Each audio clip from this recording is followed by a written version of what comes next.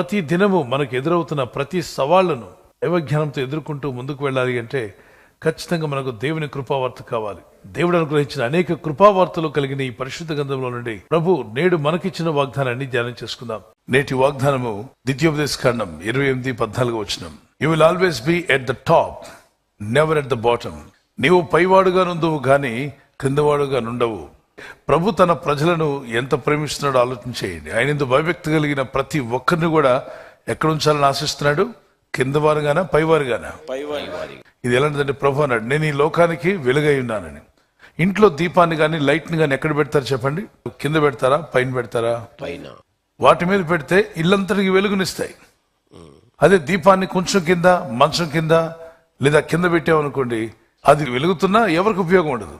దేవుడైన ప్రభు ఏం చెప్తున్నాడంటే, ఆయన ఎందుకు విశ్వాసం ఉంచిన వారి జీవితాలను పైకొంచడం వల్ల వారు ఈ లోకానికి దీపంగా ఉన్నారు కనుక ఆ దీపం యొక్క వెలుగు చీకట్లో సంచరించే వారందరికీ ఏం కలిగిస్తుంది? వెలుగునిచ్చి మార్గాన్ని చూపిస్తుంది. మీరు ఈ లోకానికి వెలుగై ఉన్నారు అంటున్నాడు ప్రభు. ఆ వెలుగైన దేవుని సన్నిధిలో కూర్చొని ఆయన్ని ప్రార్థిస్తూ మొరపెడుతున్నప్పుడు ఆ ప్రార్థించే మీ జీవితాలు కూడా వెలుగుగా ఉండాలని దేవుడు ఆశిస్తున్నాడు. మీరు పైకి హెచ్చించబడ్డారనుకోండి, ఏం చేస్తారు? సేవలు చేస్తారు, అందరికీ సాయం చేసేవారుగా ఉంటారు, ప్రేమను పంచేవారుగా ఉంటారు, దయను పంచేవారుగా ఉంటారు, కృపను చూపేవారుగా ఉంటారు. అందుకే ప్రభు అంటాడు, సృష్టికర్త యందు ఎవరైతే భయభక్తి కలిగి ప్రార్థిస్తారో వారిని నేను తలగా చేస్తాను, వారిని పైవారిగా ఉంచుతాను. అదే భక్తిహీనుని పైవారిగా ఉంచారు కూడా ఏమవుతుంది? అతను స్వార్థపు తలంపులతో స్వార్థపు కోరికలతో అందరినీ అణిచేస్తాడు. అదే దుష్టుని పైవానిగా ఉంచితే ఏమవుతుంది? దుష్టత్వంతో నింపేస్తాడు. ఒక చెడ్డవారిని పైవానిగా ఉంచితే కింద ఉన్న వాళ్ళందరికీ చెడుతనాన్ని పంచుతాడు. అవినీతిపరుడిని పైవానిగా ప్రమోషన్ చేసుకొని అతను పై స్థానంలో ఉంటే తన కింద ఉన్న వారందరినీ అవినీతి పరులుగా మార్చేస్తాడు. ఒక లంచగొండి పైవాడుగా ఉంటే తన కింద ఉన్న అధికారులందరికీ ఏం నేర్పిస్తాడు? లంచగొండి తనని నేర్పిస్తాడు. ఒక పాపి పైవాడుగా ఉంటే అందరిలో పాపాన్ని పంచుతాడు. కానీ ఒక పరిశుద్ధుడు, పవిత్రంగా ఉండేవాడు, నీతిగా బతకాలనుకునేవాడు, దేవుని యందు భయభక్తి కలిగినవాడు, న్యాయాన్ని ప్రేమించేవాడు, ధర్మాన్ని ప్రేమించేవాడు పైవాడుగా ఉంటే అందరికి ఏం నేర్పిస్తాడు చెప్పండి? న్యాయంగా ఉండడం, ధర్మంగా ఉండడం, భక్తి కలిగి ఉండడం, వీటిని నేర్పించడానికి వారికి అవకాశం ఉంది. Satan can try to push you down, but he can't keep God from lifting you up. అంటే దీని అర్థము, సాతానుడు నిన్ను పడగొట్టడానికి ప్రయత్నం చేస్తాడేమో కానీ ఒకటి మాత్రం వాడు చేయలేడు, దేవుడు నిన్ను హెచ్చిస్తున్నప్పుడు వాడు ఆపలేడు. చాలా మంది అమ్మో దేవుని చిత్తం కోరుకుంటే నేను అనుకుని జరగవేమో అనుకుంటారు. అసలు దేవుని చిత్తానికి మనం సరెండర్ అవడమే ఇట్స్ ద గ్రేటెస్ట్ బ్లెస్సింగ్. ఆయన అభివృద్ధి పరచువాడు. నీవు పైవాడుగా నుండవు కానీ క్రిందవాడుగా నుండవు. ఆయన ప్రమోషన్ ఇచ్చేవాడు. 75వ కీర్తన 7వ వచనంలో అంటాడు, తూర్పు నుండి పడమటి నుండి హెచ్చు కలగదు కానీ యెహోవా వలనే మనకు హెచ్చు కలుగును. మనల్ని హెచ్చించేవాడు ఆయనే. ఆయన బలిష్టమైన చేతి కింద మనం తగ్గించుకున్నప్పుడు తగిన సమయం ముందు దేవుడు మనలను హెచ్చిస్తాను అని వాగ్దానం చేశాడు. 1 పేతురు 5:7 వచనంలో ఆయన బలమైన చేతి కింద మనం తగ్గించుకొని ప్రార్థనాపూర్వకంగా ఉన్నట్లయితే దీన మనసుకులే ఉంటే తగిన సమయము, ఇప్పుడు మామిడి చెట్టుకు తగిన సమయం ఇప్పుడు మార్చ్, ఏప్రిల్, మే, అప్పుడు దానికి ఫలాలు వస్తాయి. సీతాఫలాలకు తగిన సమయం ఎప్పుడు? శీతాకాలం. ఒక్కొక్క దానికి ఒక సీజన్. ద్రాక్ష పళ్ళకు తగిన కాలం ఎప్పుడు? ఆ ద్రాక్ష పళ్ళు పండేటువంటి కాలం ఉంది. ఆరెంజ్ పళ్ళకు ఒక సీజన్ ఉంది. అలాగే దేవుని బిడ్డలారా, దేవుని విశ్వాసం ఉంచిన మీకు టైం పెట్టాడు దేవుడు. ఆ టైం వచ్చినప్పుడు మీరు హెచ్చించబడతారు. యోసేపు జీవితంలో హెచ్చించబడడానికి దేవుడిచ్చిన సీజన్ వచ్చేదాకా, ఆ టైం వచ్చేంత వరకు కొన్ని శోధనలు, కొన్ని శ్రమలు, కొన్ని కష్టాలు ఎదుర్కొన్నాడు. ప్రతిరోజు ప్రార్థన ద్వారా జయించగలిగాడు. ఒక కీర్తన పాడుకున్నాం. శాశ్వతమైనది నీవు నాయడ చూపిన కృప, శాశ్వతమైనది నీవు నాయడ చూపిన కృప, అనుక్షణం నను కరుణాపవనే, అనుక్షణం నను పాపవనే కాచిన కృప, శాశ్వతమైనది నీవు నాయడ చూపిన కృప, శాశ్వతమైనది నీవు నాయడ చూపిన కృప. మనం ఈ రోజు రాబోతున్న ప్రతి శోధనకు ముందుగా ఉదయకాలం ప్రిపేర్ అయిపోతున్నాం. దేవా, ఈ దినమెల్లా నాకు ఎటువంటి ఛాలెంజెస్ వస్తున్నా వాటిని జయించే అభిషేకం నాలోకి రిలీజ్ చేయండి ప్రభా. మీరు ప్రార్థిస్తుండగా ఒక స్పెషల్ అనాయింటింగ్ మీలోకి రిలీజ్ అవుతుంది.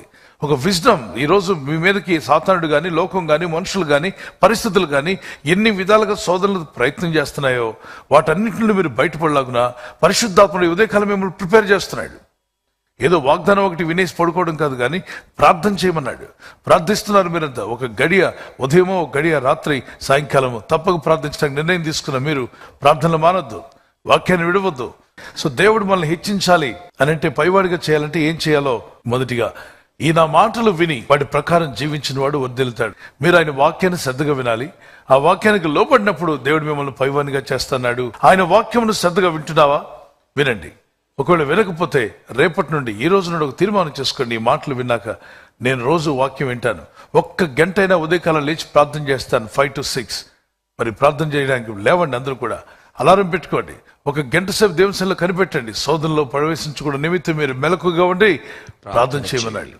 సో రాబోయే శోధన కాలం ఏంటో మీకు తెలియదు, కానీ ముందుగానే మీరు ప్రార్థించారనుకోండి, మీరు శోధన కాలంలో ఏం చేయబడతారు? కాపాడబడతారు, తప్పించబడతారు. మిమ్మల్ని దేవుడు పైవాడిగా చేసి ఆశీర్వదించునుగాక. మీరు ప్రమోషన్ వచ్చి పైవారిగా అవుతున్నప్పుడు కింద వారిని హింసించకండి, కింద వారిని బాధ పెట్టకండి. వారికి మంచి మాదిరికరంగా జీవించండి, మేలు చేసేవారుగా ఉండండి, ప్రార్థన ఆత్మ కలిగిన వారుగా ఉండండి, దీనులుగా, దైవ కలిగిన వారుగా. మరి గర్విష్ఠులుగా ఉండొద్దు. కొంతమంది లోకస్తులకు ప్రమోషన్ రాగానే గర్వం పెరిగిపోతుంది, కాలర్ పైకెత్తారు.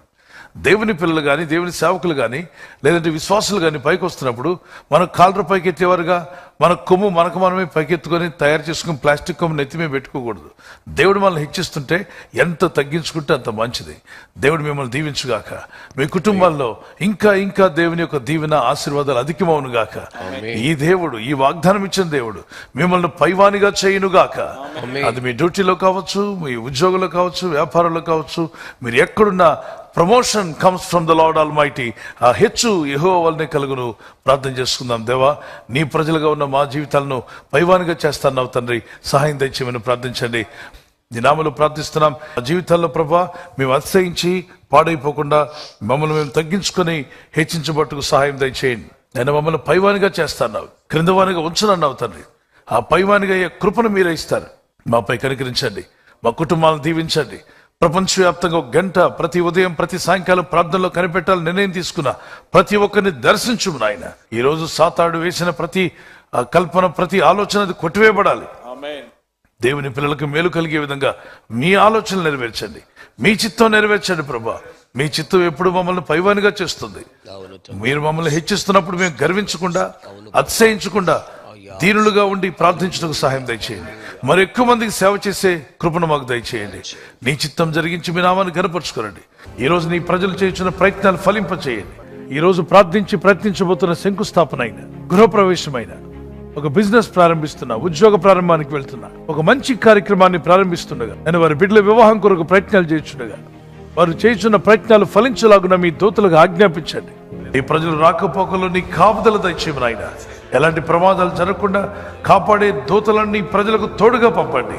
నీ చిత్తం నెరవేర్చి ప్రతి కుటుంబంలో మీ ఆశీర్వాదాన్ని ఇచ్చి బలపరిచి మహింపొందమని, నీ ఏళ్ల భయభక్తి కలిగిన వారందరినీ పైవారుగా చేసి మహింపొందమని, ఈ ఉదయకాల ప్రార్థనలో, సాయంకాల ప్రార్థనలో, ప్రతి దినము లైఫ్ చేంజింగ్ ప్రేయర్స్ లో పాల్గొన్నవారు ఈ వాగ్దానం పట్టుకుని ఎవరైతే ధ్యానించి ప్రార్థిస్తున్నారో వారందరినీ మీరు పైవారుగా చేయబోతున్నారు నమ్ముచు యేసుక్రీస్తు పరిశుద్ధ నామములో అడిగి వేడుకొంచున్నాం మా పరలోకపు తండ్రి, ఆమేన్. మీరందరి ఎడల దేవుని చిత్తం జరుగును గాక. బర్త్డే జరుపుకునే వారికి ఒక వాగ్దానం. Happy birthday to you, many more returns of the day, God bless you. చీకట్లో నీకు వెలుగు ప్రకాశించును. యెషయా 58:10 మీకు వాగ్దానంగా తీసుకురండి. Your light will rise in the darkness. మీ జీవితానికి వెలుగు ప్రకాశింపజేసి మీరు చీకట్లో కాకుండా వెలుగు సంబంధులుగా జీవించే కృప పరిశుద్ధాత్ముడు మీకు దయచేయునుగాక.